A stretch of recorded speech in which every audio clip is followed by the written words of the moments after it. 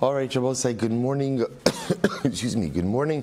Let us begin by thanking all of our sponsors. So thank our Talmud Torah sponsor for the month of Shvat, Mrs. Salma Wolf, for dedicating all the Sherman Joshos this month with immense gratitude for the refuahs from Hashem and the merit of refuah for all of those in need, and the schus of our brave soldiers, and the schus of the return of all of our hostages. So our week of learning sponsors, Yehuda and Bracha Buchwalter, in memory of Rabbi Yehuda's father, Asher Buchwalter, on the occasion of his first yard site. And our Daf Yomi sponsors, the Tusk family in the schus of refuah shalema for Tzvi Menachem ben Chavat Tzivya, and Menashe and Bracha Ephron in honor of the bris of baby boy Ephron today. Mazel Tov to Ben Sion and Ilana Ephron and the entire family, and also in memory of Menashe's mother Beatrice Ephron Brena Bas Alter Yerachmiel, whose 11th yard site is this week. He hoped under the merit of our Talmud Torah, all of the neshamas will have an aliyah, and the families a nechama, and all of those who need a refuah should have one together with Kol Cholei Yisrael. And of course, we dedicate all of Maseches Bava Kamma Li'ilui Nishmas Master Sergeant Yomi Chol Charush Hashem Yikom Damo. May HaKadosh Baruch Hu grant an aliyah to his neshama and a nechama for his family. We'll say with that, let us begin. Today's daf is Ayin Hey 75, and we are picking up in Meretz Hashem on Ayin Dalid at the Mishnah, at the Gemara. We actually we got a little further, right? We got to 2 dots. Is that correct, to Esvei? Yeah, excellent. Excellent. We got to the second 2 dots. So the Gemara, or the first 2 dots. Gufa. Amrav Huna Amrav. Mod Biknas v'achar kach bo Eidin Pater. Suppose if remember again. So we've been dealing with an interesting concept of Mod Biknas Pater, which means that if you are obligated in a knas payment. So remember again, the definition or the distinction between knas and mamon is that mamon is a monetary payment where the payment really matches the damage or the responsibility. Knas is some inflated arbitrary amount. So for example, I shouldn't say inflated, because sometimes it may even be less than the actual value, but it's really not corresponding to the actual damage. So for example, arba vechamisha, right? The idea that you have to pay 4 times the value of the sheep, 5 times the value of the cow, that's obviously knas, right? That's not ma'on, that's a penalty payment. So there's a concept by knas of modeh b'knas pater. If you admit that you owe a knas, then ultimately, again, you're pater. We'll derive actually where we find that from in just a little bit. So the interesting case we were dealing with yesterday, the Gemara said, was the statement of Rav, was that if a person is modeh b'knas and then witnesses come. So let's say, for example, Ruvain shows up in Beis Din, and Ruvain says, I stole and slaughtered Shimon's sheep. So now ultimately, again, Ruvain admitted that he owes 4 times penalty payment. He owns arba. He's pater. He's pater.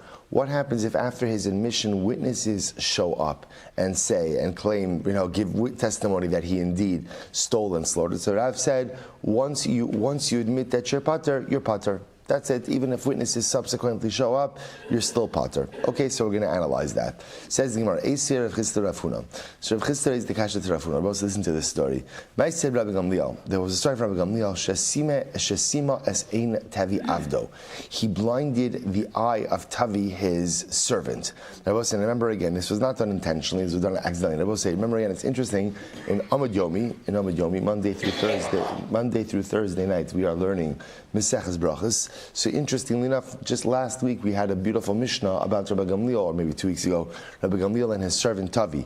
About, again, Rabbi Gamliel, when Tavi passed away, Rabbi Gamliel went ahead, it was Mekabel Tanchumin. He accepted consolation of him, even though Rabbi Gamliel said we don't normally accept consolation for Avodim Kinanim. Just an interesting idea. So there was unique, this servant Tavi was a righteous Eved.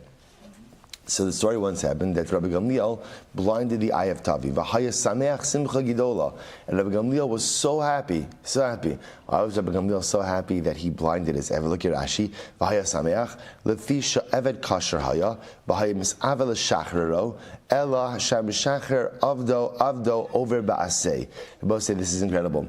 Rabbi Gamliel had always wanted to emancipate his servants, right? Because Tavi was such a good man. And remember again, upon emancipation, the Eved becomes a full-fledged Jew. So in general, Rabbi Gamliel always wanted to emancipate his Eved. What's the problem? The problem is there is an asay. There is a positive commandment to keep your Eved as your Eved. The pasuk is the olam bahem ta'avodu. You shall go ahead and literally work them, keep them as servants forever. So therefore, Rabbi Gamliel was in a little bit of a halachic conundrum. On one hand, he desperately wanted to free Tavi. On the other hand, he was biblically enjoined from doing so. So therefore, again, when it turned out that he blinded Tavi's eye unintentionally, he was happy.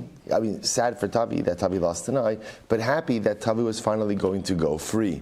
So the Gemara says, listen to this. He ran into Rabbi Yoshua. Amar lo, Rabbi Gamliel is so happy that he wants to share the news.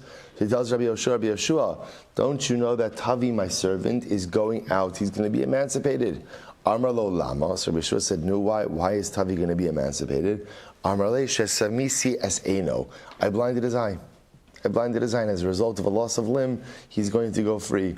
Amar lo ein bidvarecha klum. So Rabbi Yeshua said to Rabbi Gamliel, your words are meaningless. Your words are meaningless. Shekvar ein lo edim. Because at the end of the day, ultimately again, there's no testimony. There's no witnesses.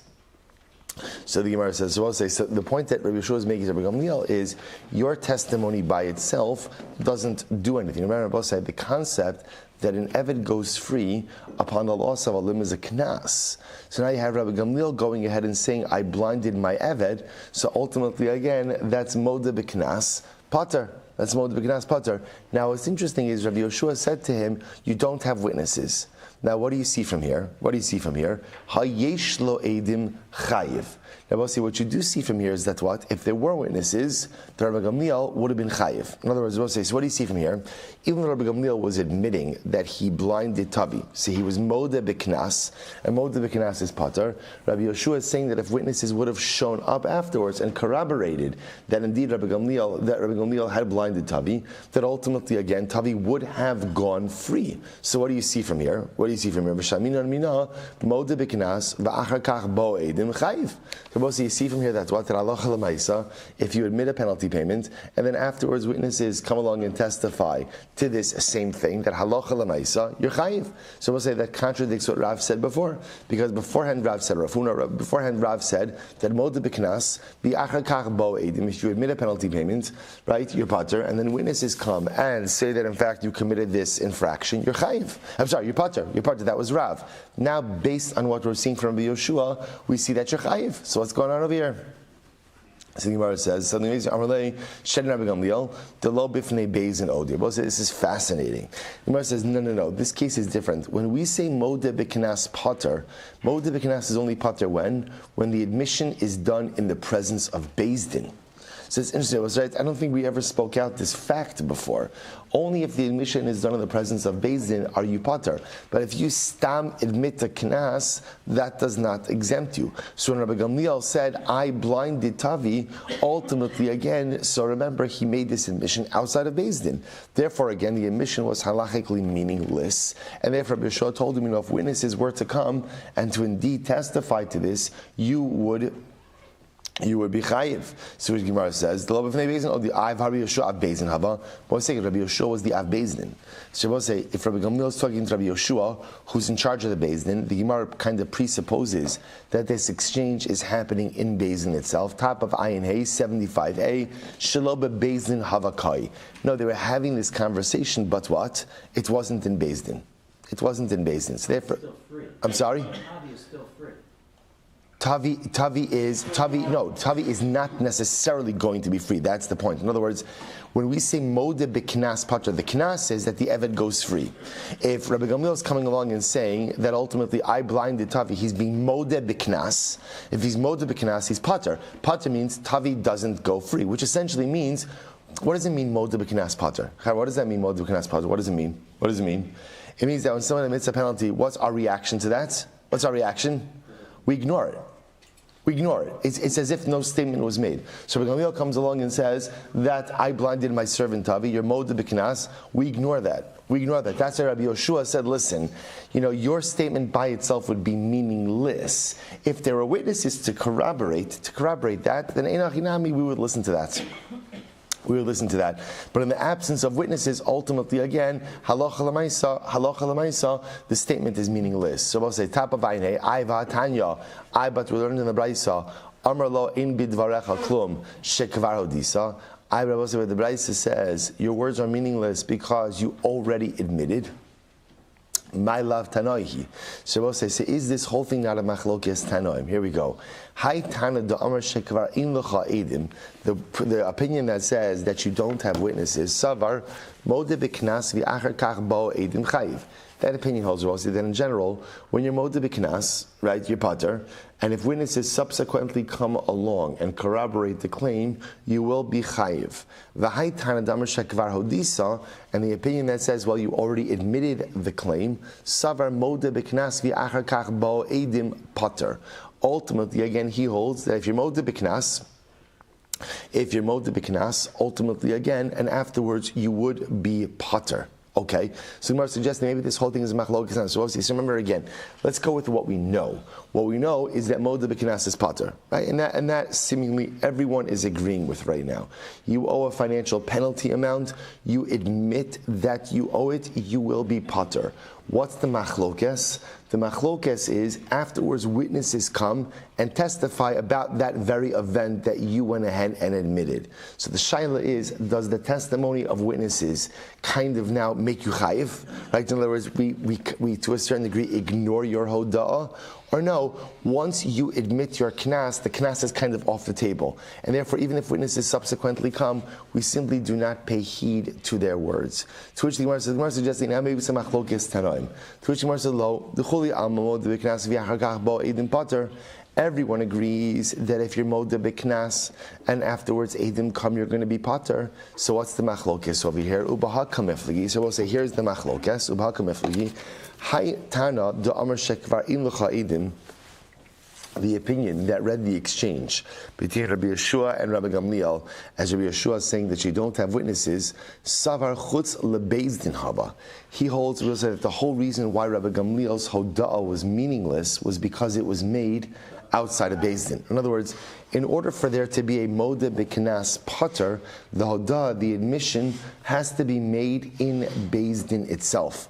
And in this story over here, Rabbi Gamliel runs into Rabbi Yeshua outside of Beis Din. V'hach Tana da Amar Shekvar Hodisa, and the opinion that says, oh no, you already admitted, Savar Be'Beis Din Hava. He holds that Allah Chalamaysa, ultimately the admission was done in Beis Din. Okay, so I'll say, so essentially, we're left with a machlokes. We have Rav telling us that Moda B'Knas v'Achar Kach Bo Eidim is pater. If you admit that you owe penalty payment, even if witnesses subsequently come along and testify about that very event, once you admit the Knas, you are pater going forward. But clearly there is an opposing view that says Moda B'Knas v'Achar Kach Bo Eidim is going to be chayiv. So let's continue in this journey. Itmar Moda B'Knas v'Achar Kach Bo Eidim. We'll see, here we have it. So if you admit a Knas and afterwards witnesses come along and testify about that very event, Rav Amar Pater. Rav says that you are Pater. Ushmuel Amar Chayiv. Shmuel says ultimately again that you're going to be Chayiv. Amar Rav Abari Eloi. My time with the Rav. Why does Rav say that you're Pater? So the Gemara says, I'll tell you why. Im himatze be'edim, timatze b'dayanim. So I will say the pasuk talks about im himatze timatze b'yado hagneva. It's talking about the obligation to pay kefel. Now kefel, right, double payment for geneva, is like the paradigmatic example of a knas. Right? There's no like rhyme or reason for it. It's a penalty. It's a penalty. So the pasuk used lashon of im himatze timatze, a double lashon. So Rav darshans im himatze be'edim. If the claim is proven through witnesses, then timatze b'dayanim. Then ultimately, again, judges will have the ability to extract the money. Prat lemarshia es atzmo. This comes to exclude which case? A person who self-incriminates. Right? The person who goes ahead and obligates himself to the knas, or is moda b'knas. The Gemara says, Lamali, why do I need this whole drasha? Me'asher yarshion nafka. I can we'll say from another pasuk about asher yarshion. But we had this earlier. To which the Gemara says, Elishmamina, moda b'knas v'achar kach bo edim pater. So also what you have to say ultimately again is that halacha l'maisa, the pasuk of Me'asher Yashin is going to be used for a different drasha, which we'll discuss in just a moment. But the concept of Moda B'Knas Pater is learned out from the pasuk of Himatze Timatze. And the way Rav darshans it is, Im Himatze Be'edim, right? Ultimately, again, if the claim is proven through witnesses, Timatze, then ultimately the penalty will be imposed through judges. through judges. But if you admit the penalty yourself, then halacha l'maisa, you will not be chayiv. Incredible. Shmuel says, hahumi baile leganav atzmo. No. He must say, I will say, is there to teach me about the obligation that a ganav has to kefil. Rashi says over here, mi baile leganav atzmo. It's in the third short line in Rashi. Lechayiv kefil leganav atzmo. Tidarshinan klal uprat mehi matzei timatzei kidatana de bechizkia. So it says, remember Shmuel says like this: the pasuk of himatzei timatzei teaches me the concept of kefil by a ganav. Okay, the Gemara says kidatana de bechizkia. I'm sorry, mi baile leganav atzmo kidatana de bechizkia. But say now, remember again, because the pasuk according to Shmuel, we had this before. The pasuk of himatzei timatzei was used by Tana de bechizkia to teach me the liability of a shomer to kefil. Right? If I deposited an object with Ruvain claims it was lost or stolen, and it turns out that Ruvain himself stole it, that Ruvain's chayiv kefil. So that's learned out from the pasuk of me'asher yashiun, and therefore himatzei timatzei is necessary for kefil for the ganav himself. Okay, so we'll say, so bottom line, we have this machlokes Rav and Shmuel. Rav saying moda b'knas v'achar kach bo edim is pater, and Shmuel saying moda b'knas v'achar kach bo edim is chayiv. Okay, these are machlokes. Says Rav Shmuel. So Rav raised the kasha to Shmuel. This is an interesting case. Ra edim shemamash mishim ubaim. We'll say, watch this case. This is fascinating. Ruvain stole an object from Shimon. Okay, Ruvain sees witnesses coming to Beis Din, in the direction of Beis Din. Now, Ruvain knows that those witnesses saw him steal. So Ruvain chapsar and he says, "Va'amar ganafti avalot tavachti v'lo macharti." Right. So Ruvain says, you know what? I stole it. I did it, I stole it, but I didn't slaughter it or sell it. So what's talacha? Eino mashalim ela karen. So again, now he's telling the truth actually about the second part. He didn't sell it or slaughter it, but he stole it. So what does Ruvain do? Ruvain's a smart guy. What is he doing? He's cutting his losses. He recognizes that he's about to be outed in Beis Din by Eidim, so he figures, you know what? Let me admit at least that I stole, because if witnesses come and they testify about all of this, then what? I'm going to be chayiv kefil. But at least if I admit it myself, I'm only chayiv karen. The Gemara says it works. It works. Because, there's a beautiful Musar Haskell in this. Why does it work? Because at the end of the day, tshuva works even if it's not pure, and even if it's not good, and even if it's not motivated by the right reasons. HaKadosh Baruch Hu always appreciates about tshuva. Halacha always appreciates the Baal tshuva, even the most insincere Baal tshuva. So Ruvain, it's not the pshat that Ruvain has this epiphany that he wants to live life differently or be a better person. He just recognizes that literally the Eidim are making a beeline for the business. He admits his liability, and finally exempts himself from the knas. Amar lei, so the Gemara will say, so what do you see from here? This apparently would say about saying, now, if you continue this case, the logical conclusion would be that even if witnesses were to continue on to Beis Din and testify, what would be the halacha? Ruvain would still be pater from the kefil, which shows you what? Moed b'knas, the achar kach bo edim, is pater. It's pater. Shabbos say this supports Rav is the kasha and Shmuel. So Amalei Shmuel could respond, Hacham ask, what's the case over here? Kigon shechazu edim la'achal rehem. Shabbos say could very well be that the case in question is after the witnesses see that Ruvain admitted it, the witnesses never bother testifying in Beis Din. Right? They just turn around, or for some other reason they just turn around. So this could very well be a case of where there was never any testimony after the admission. Obviously, everyone agrees if there's no testimony after the admission, then what is this? This is just a regular case of Moda B'Kinas Pater. So when it says, I v'hami ditani seifa. But look at the end. What does the end say? Rabbi Elazar, Rabbi Shimon Omer, Yavo Eidim via Idu. Rabbi Elazar Shimon says, let the witnesses come and testify. Michlad the Tanakama Savar. Lo. Well, so you can infer from here, that's what? That Allah al-Mais, the Tanakama holds that ultimately, again, that even if the witnesses came and ultimately gave testimony, that ultimately the ganav wouldn't be chayiv. Amar Shmuel, lav ika Rabbi Elazar bar Rabbi Shimon dekai kavasi. So Shmuel says, look, I'll be the first to admit that this is a machlokes, but there is Rabbi Elazar bar Rabbi Shimon who holds like me. I hold like Rabbi Elazar bar Rabbi Shimon. So again, Shmuel could admit defeat in this case, recognizing that there's different opinions. So again, this particular case absolutely contradicts my position, but my position is also corroborated through other opinions as well. Incredible. So the Shmuel Vadai Tanahir. But according to Shmuel, this idea or this machlokes of Moda B'Knas V'Achar Kach Bo Edim Chayiv or Pater is certainly a machlokes Tanoim. L'Rav Milema Tanahi, but according to Rav, is it a machlokes Tanoim? So Rav says, the truth is, I could align my pay even with Rabbi Elazar Rabbi Shimon. How so? Ad kan lo kan Rabbi Elazar Rabbi Shimon hasam ela mishum deka modi machmas bi susa de edim. We'll say up until that point, Rabbi Elazar Rabbi Shimon only holds his position. Why?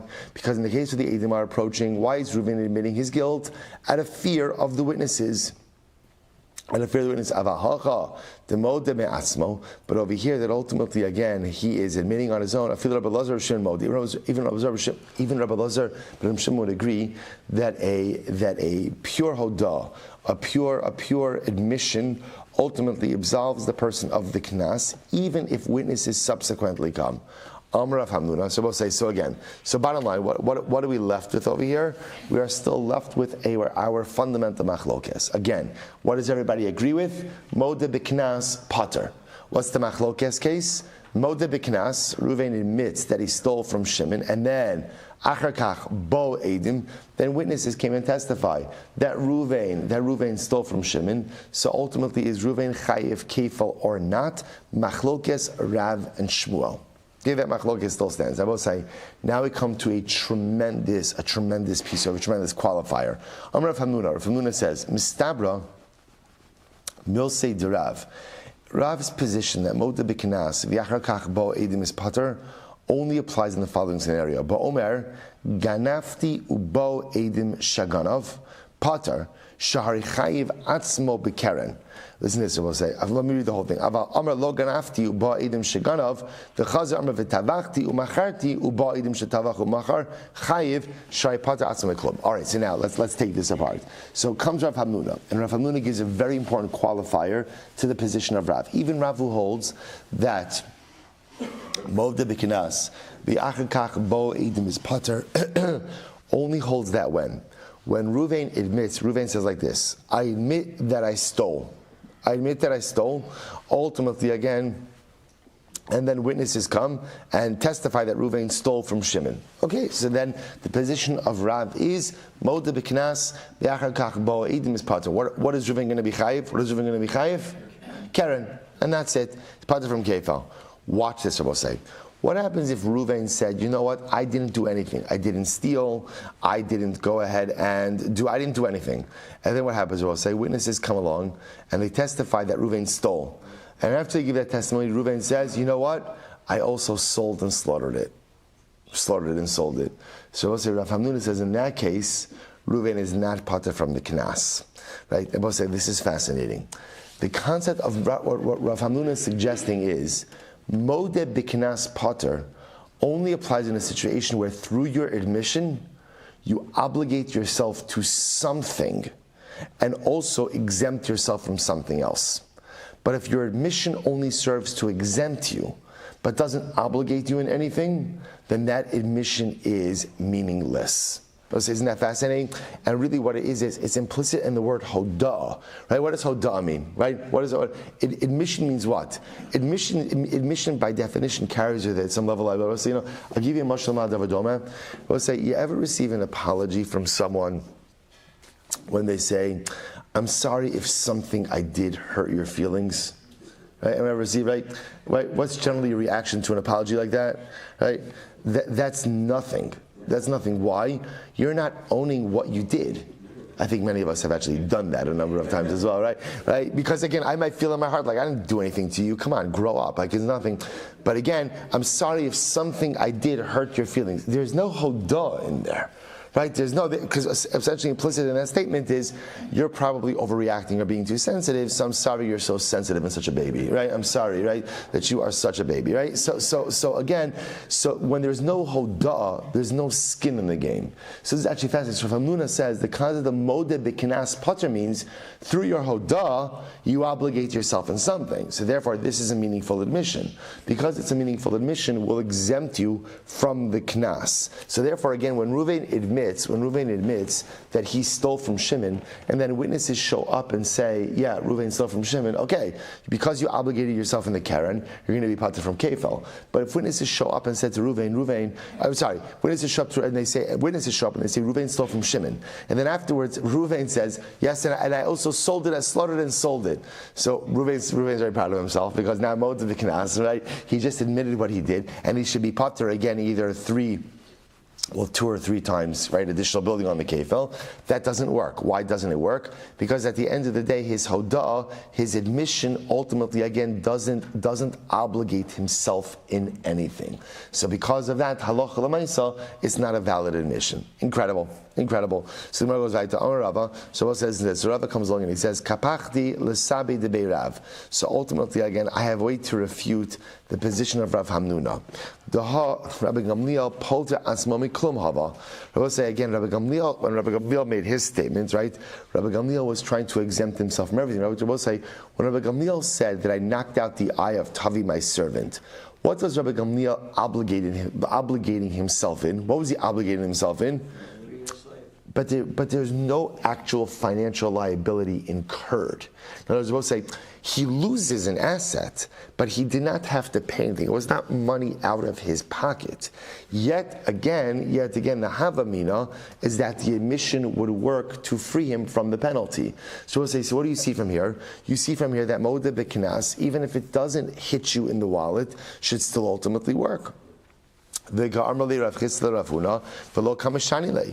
Gemara says, yet again, Rav Chis says Rav Huna, and ultimately never answered him back. Itmar nami, Amar B'chia bar Abba, Amar Yochanan, Ganafti, listen to this, Ganafti, Reuven says, I stole, Uba Edim Shaganov, right? So ultimately, again, so Rabbi Yochanan says as follows. So right, Reuven stole from Shimon, and Reuven admits that he stole. Then afterwards, Uba Edim Shaganov, and the witnesses came to go ahead and testify that Reuven stole from Shimon. Pater. Ultimately, Reuven's pater from Kefel. Why? Sheichayiv Atzov Karen, because ultimately, again, he has absolved himself of Karen. Because again, he's obligated himself in Karen. Aval Amar Loganov. Uba Edim Shaganov V'Chazav Amar Tabachti Macharti. But I will say, if the witnesses came along and testified that he stole, he didn't admit it. And then after witnesses testified that he stole, Reuven said, but I slaughtered and sold it. What's the halacha? Chayiv. He cannot exempt himself. Why? Shai pater atzmo miklum. Because we'll say in that case his hodah is meaningless. Because again, a hodah that ultimately again doesn't obligate you in anything is not a proper hodah. Amar Rashi says, Masnisin ubraisa nami dega. Our Mishnah and the Braisa also support this idea of Rav Hamnuna. So Rashi says, Disnan ganava pi shnayim v'tavach umachar pi eidachad. So again, what did we see in our Mishnah? This is quoting our Mishnah. If Reuven stole, right, based on the testimony of 2 witnesses, and he slaughtered and sold it based on an eid echad, or even based on his own admission, meshalem tashlume kefel, he pays kefel, ve'ena meshalem tashlume arba v'chamisha, but he doesn't pay the 4 and 5 time penalty payments. The Gemara says, Lama li detani ganav al pi shnayim. Why do you have to bring up the case, ultimately again, where he's stealing based on the testimony of 2 witnesses? Listening ganav umachar api eid echad, o api asmo ein meshalim ela karen. Instead, list the following case. List that if Reuven stole based on an eid echad, or based on his own admission, he only pays the karen.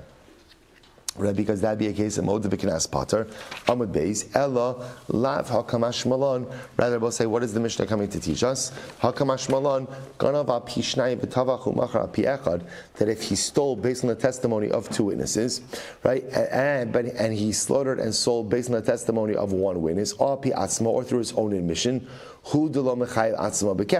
that's when he would not be obligating himself in Karen. And therefore, because of that, ultimately, again, I will say, same idea. Because there was no valid admission on his part and no liability through his admission, therefore he can't exempt himself from the Knas.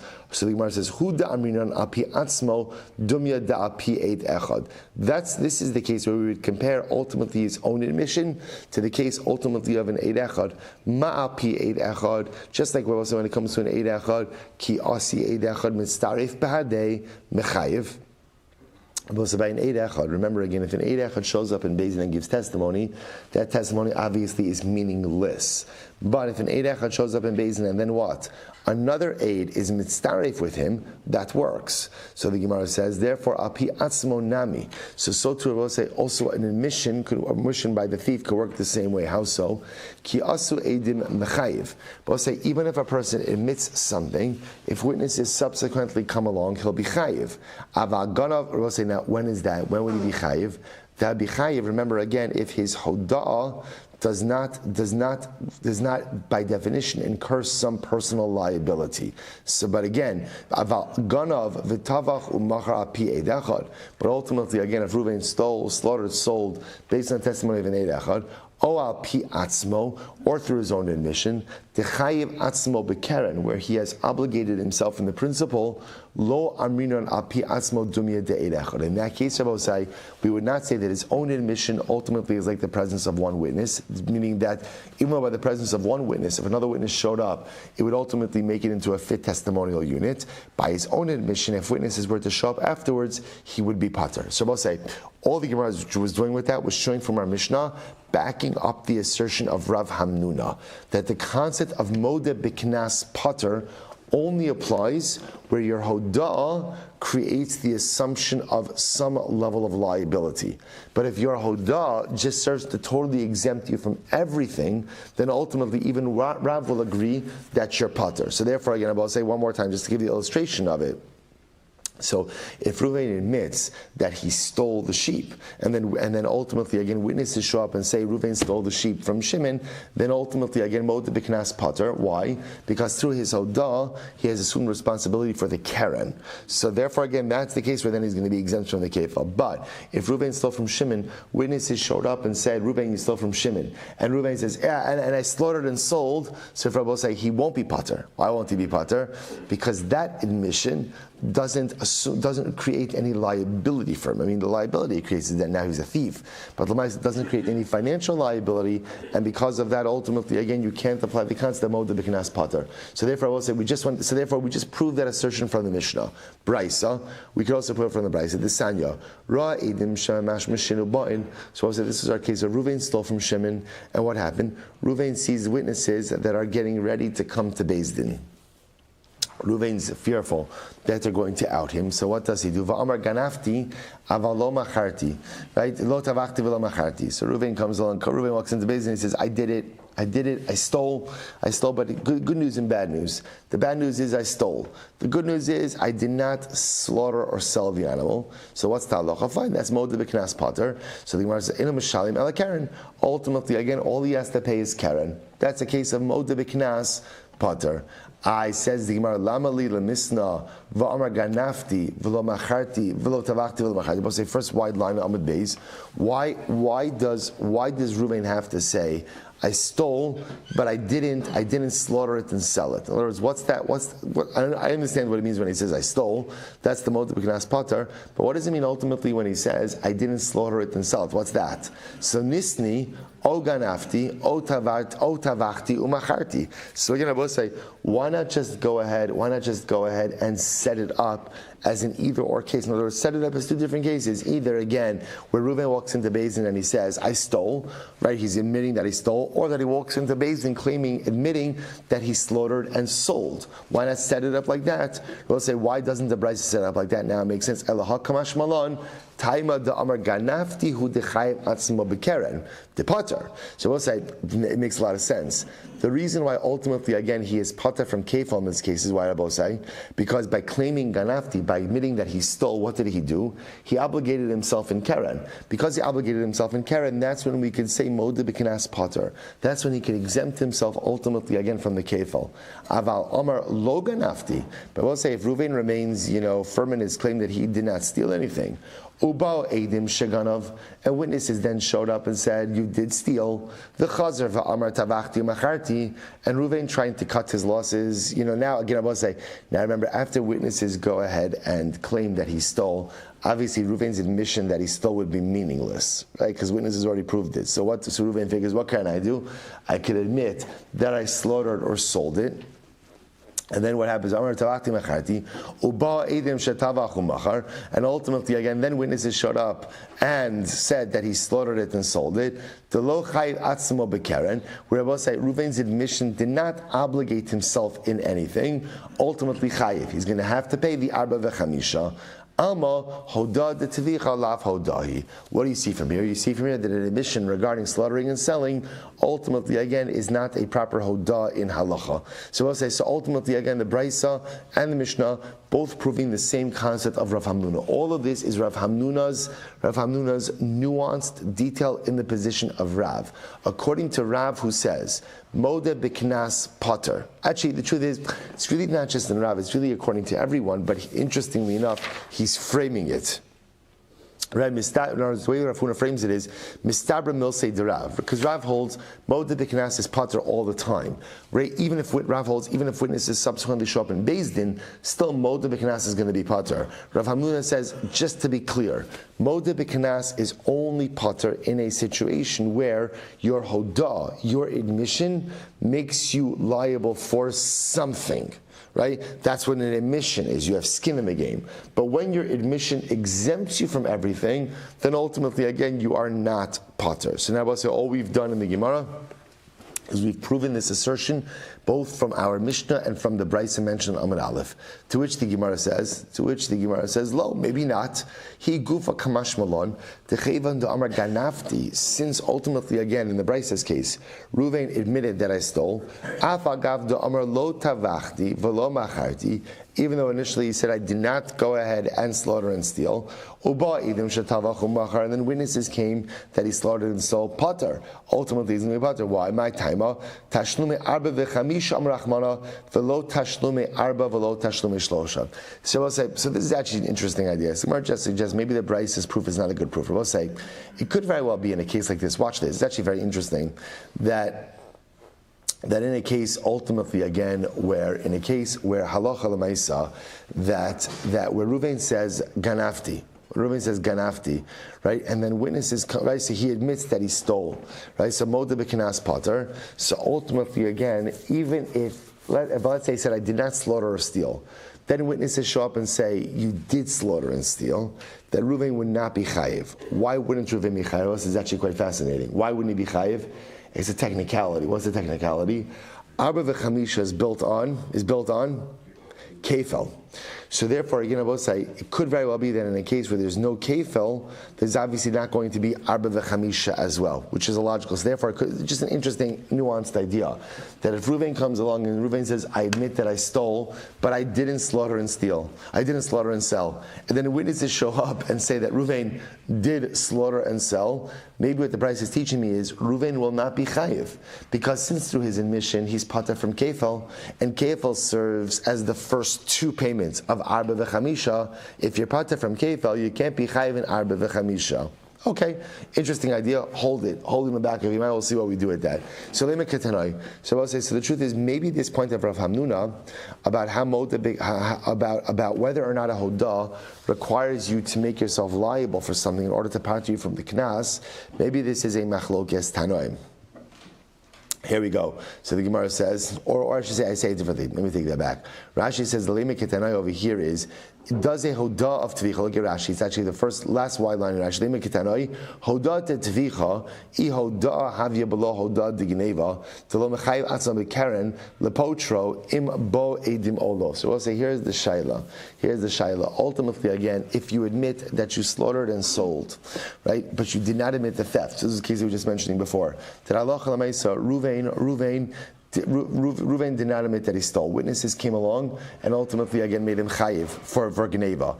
Then Reuven admitted that he slaughtered and sold. So Rav Hamnuna was saying about, Rav Hamnuna says that admission doesn't work. Why doesn't that admission work? Why doesn't it work? Because halacha l'maisa, you haven't made yourself liable in anything. So because you haven't made yourself liable in anything, therefore you can't say modeh b'knas potter. So the Gemara suggesting maybe this whole thing is a machlokes tanaim. Here we go. Hayu shnayim Mi'idin Shaganab. So listen, now watch this. If there are two people testifying that ultimately Ruvain stole, Vayishnai Mi'idin also Shatavach, and two witnesses testifying that Ruvain went ahead and slaughtered it and sold it, Huzmu Eidei Geneva.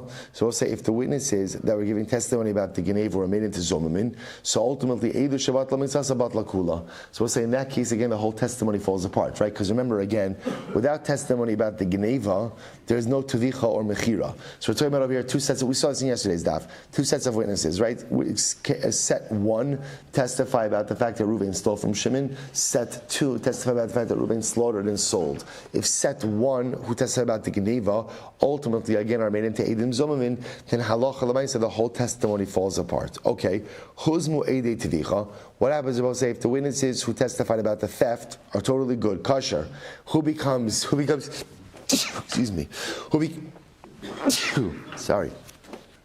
So ultimately, again, Huzmu Eidei Tivicha, we'll say what happens if the witnesses who give testimony about the slaughter and selling, they are the ones ultimately, again, who become Eidim Zomamin. So what's the halacha? Hum Mishayim Tashlumei Kefal. So we'll say, obviously, Ruvain has to pay Kefal. Right, Reuven has to pay kefel. Right, why does Reuven have to pay kefel? Because there's witnesses that corroborate the fact that he stole. Okay. The hein mishalmin tashlumei shlosha. I'll say, interestingly enough, the witnesses, the second witness is about the tvicha mechira. They're going to pay the 2 and 3 times. In other words, whatever is above the kefel to get you to the arba v'chamisha. Fine. So Mishum Sumcha Samra. So that actually we saw this yesterday. Mishum Sumcha Samra, but Sumcha said, Hey Mishalmin Tashlumei Kefel, V'hu Mishalim Tashlumei Shlosha Lapar, Ushnayim La'ayo. So Sumcha says the witnesses will pay Kefel, and ultimately again, Reuven will pay Tashlumei Shlosha, right? Shlosha or Shnayim, whatever you need to get to Arba V'chamish, the remaining amount. So the Gemara says, Sumchos, what are you referring to? Ahiyah, which case are you referring to? Ahiyah Kai. Ahiyah Kai Sumchos. To what case is Sumchos referring to? We'll say, now remember again, 2 cases in the Braisa. Case number 1, we'll say the common denominator between 2 cases is both cases have 2 sets of witnesses testifying against Reuven. Set 1 testifies that Reuven stole. Set 2 testifies that Reuven slaughtered and sold. In case number 1, so ultimately again, it's the witnesses who testify about the theft that become Eidim Zomamin. What happens in that case when the first set of witnesses become Eidim Zomamin? What happens? Whole thing falls apart. Eidu Shabbat Lamitzasa Bat Lakula. In case 2, and therefore again, I will say when that happens, there's no liability for anything. I take that back. The first set of witnesses ultimately will pay kefel because that's what they sought to impose. In case number 2, the second set of witnesses, the witnesses on the Tvicho Mechira, they are the ones who become Eidim Zomamin. So therefore, again, those witnesses are going to have to pay the 3 times amount, and Reuven is going to have to pay the kefel. Sumchas comes along and says, really the witnesses should pay kefel, and Reuven should have to pay the extra 2 or 3 times. The Gemara says, what case are you referring to? Ilema Aresha. If you want to say it's the first case, that can't be, because what's in the first case is where the witnesses on the theft are the ones who became Eidim Zomamin. Remember again, I'll say that's the case. So Leslie the Sumchos Eidim Shabbat Mitzvah Bat Lakula. I'll say even Sumchos will agree that if the witnesses who testify about the theft become Eidim Zomamin, then what Rabbi say? It goes without saying that the entire testimony falls apart. The Ella Aseifa. Rather, it must be the second case. I was saying, remember, in the second case is where the second set of witnesses who testify about the Tvich and Mechira, they are the ones who become the Eidim Zomamin. So the Gemara says, if it's the Seifa, Shapir Ka'amri Rabbanan. Then Rabbi say, ultimately again, the Rabbanan's position makes sense. Humashayim Tashlumei Kefel. Reuven will pay Kefel, because remember again, there's proper testimony that he stole. V'hei Mishalmin Tashlumei Shlosha. And ultimately the witnesses who testified about Tvich and Mechira, they sought to make Reuven Chayiv another 2 or 3 times. That's the amount they should have to pay. So what's going on over here? So Sumchas, how can you reverse that? Rather, I will say it must be that there must be another case or another situation kind of embedded in all of this. Kigon, the Asu Beitrei, I will say it must be that what? It must be that 2 witnesses showed up and they said, Amrlei Ganafta. Right? Well, so there must be another case that's not written out explicitly that Sumchas is commenting on. What's this other case? Here we go. I will say it's almost like a Chisuri Mechsera type of answer the Gemara is giving. What's the other case? Listen to this, it's fascinating. We'll say the case is Asu Beitrei, Amrlei Ganafta. Ultimately, again, 2 witnesses showed up They say, Reuven, you stole. So we'll say, so they're showing up in Bezdin and they're testifying that Reuven stole. Amalu, in ganafti, utevachti, umacharti. Oh, okay. So we'll say, Reuven admits it. Now remember again, his admission for the theft, is that going to help him or not? Is it going to help him? No, why not? Why not? Witnesses already testified, right? Remember again, Moda B'Kinas Pater only works when you are the first one who makes the Beis Din aware of your infraction. So in this case over here, right, Reuven's brought to Beis Din. Witnesses say, we saw you stole. Reuven says, yes, I stole, and I also slaughtered and sold. Right? Mihu, so we'll say, listen to this. Mihu lo bifnechem ganafti. So okay, now this is going to throw a wrinkle into this. This is actually a fascinating case. So watch this. I'll say, watch what's happening over here. Really, really exciting. So I'll say, so watch this. Get ready. We're going to start now. I will say, so now, Reuven is in Beis Din. Witnesses show up, and witnesses say, Reuven, you stole. Okay, that's part one. Part two, Reuven says, yes, I did it, and I also slaughtered and sold. That's part two. Part three, right? Bombshell. Reuven says, but you didn't see me steal. You guys are lying. I'm admitting that I stole, but you guys did not see it. You're not the witnesses who stole it, right? So miu lo bifnechem ganafti. I did not steal in your presence. What's happening over here? So witnesses are the ones that started this process. Witnesses are the ones that got Reuven to admit. So Reuven admitted the theft. He admitted that he slaughtered and sold. And now Reuven is saying to the witnesses, but you guys didn't see me do it. You're lying about. I'm admitting that I did it, but you're lying that you saw me do it. Miu lo bifnechem ganafti. Watch this. Va'isi sahadi va'azme inhu deloba payoganov. Wow, watch this. So now another set of witnesses. Set two come along, and they say, set one, you cannot have seen Reuven steal the item. Why not? You were with us. You are with us. I was saying, this is exciting. This is like reality TV over here, right? This is better. You should pay for this, right? So I'll say, so now what happens? So set number two come along and indeed make set number one Edim Zomamin, right? So the Gemara says, so now, okay, watch this, gets better. Va'isi Balabayis Sahadi. Then the Balabai Shimon, who owns the stolen object, he brought witnesses. Va'asidu Bey Teganav Vetavach Umachar. And I will say, so now, there's a third set of witnesses. Third set of witnesses brought by Shimon the Balabas that indeed Reuven stole, slaughtered, and sold. I will say, so okay, now let's put the case, one more time, let's put the case together. Set one of witnesses, bring Reuven to Beis Din. They say, Reuven, you stole the object. Reuven says, yes, I stole, and I also slaughtered and sold. And then Reuven says, shocking revelation, Reuven says, witnesses, you guys are lying, you didn't see me. Second set of witnesses come along and indeed prove, make the first set of witnesses Edim Zomin, they did not see Reuven steal the item. Balabayas, Shimon, owner of the object, then brings a third set of witnesses. The third set of witnesses testify that Reuven stole, slaughtered, and sold. Here's our case. So let's see now, what's our shaila?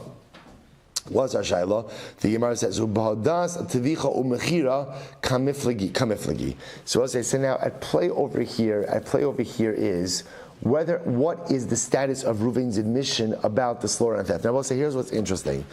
It appears, based on the conversation over here, that halacha l'maisa, everyone is going to take it for granted that Reuven did not exempt zero. It's like, you can make the argument that what? Since it turns out that the initial set of witnesses were Edim Zomamin, maybe Reuven's admission is a case of Moda B'Kinas, Moshe David Hatzlacha. Right? Maybe ultimately, again, you could see that maybe his initial admission was indeed a Moda B'Kinas Potter case. Maybe that's what it is. So that's the Havamin over here. The Gemara doesn't seem to entertain that possibility. Why? It's not a Hodah. Why is it not a Hodah? Because halacha l'maisa, Reuven didn't admit of his own volition. Why did he admit? Because witnesses made him chayiv in court. Even though it turns out that the witnesses were lying, but l'maisa, the admission was not of Reuven's own volition. So the shaila of Rabbi is, what about his admission regarding the tvicha and mechira? The Rabbanon Savri, Afagav Doda de Geneva Machmas Edim Hu de Kamoda Hoda de Tvicha Hoda Hiopater. The Rabbanon will say that even though the admission regarding the theft ultimately again was motivated through Edim, was motivated through Eidim. Nevertheless, the Rabbanon hold that the admission regarding the Tvicha and Mechira is a proper Hodah, and therefore again he's going to be pater on the additional 2 or 3 times payment. The Sumcha Savar, Sumcha says absolutely not. Kevan the Hodah the Gneva Machmas Eidim Hu, and Rabbi said the Rabbanon's logic is because at the end of the day, as much as it was motivated by Eidim, it wasn't motivated by bona fide Eidim. Turns out to be Eidim Zomamin, and therefore again his admission ultimately again by Tvicha and Mechira will be valid. Sumchas holds Kevan the Hodah the Gneva Machmas Eidim Hu the Kamoda the Tvicha the Tvicha Lav Hodah. Sumchas will say that since at the end of the day his Hodah regarding Gneva was not a proper Hodah, therefore halacha l'maisa, ultimately again his hodah regarding tvicha is also not a proper hodah. V'hanach idim kamma azim mishamet tashlum kev. Rabbi Sina, we're going to stop over here for today. I'm going to stop kind of like in the middle of this case. We'll pick up with this case in Meretz Hashem tomorrow. We'll say I just want to point out kind of what our outstanding issues are. Outstanding issue number 1 is our machlokes Rav and Shmuel. Moda b'knas v'achar kach bo edim, are you pater or chayiv? That's number 1. Number 2 is a statement of Rav Hamnuna. That halacha l'maisa again, when witnesses come along and say ganafti, right? Ganafti. Right, when witnesses come along and say that halacha l'maisa, when you're moed to the knas and you say ganafti, but then ultimately, when witnesses come along and make you chayiv for theft, but then you admit tvicha and mechira, are you pater for that? Or do we say, Rav Hamnuna's statement, that halacha l'maisa, an admission that doesn't make you liable anything, ultimately again is not a true admission. Whether or not Rav Hamnuna's statement is true halacha l'maisa, and Meretz Hashem to be seen tomorrow, Bosai, shkoyach.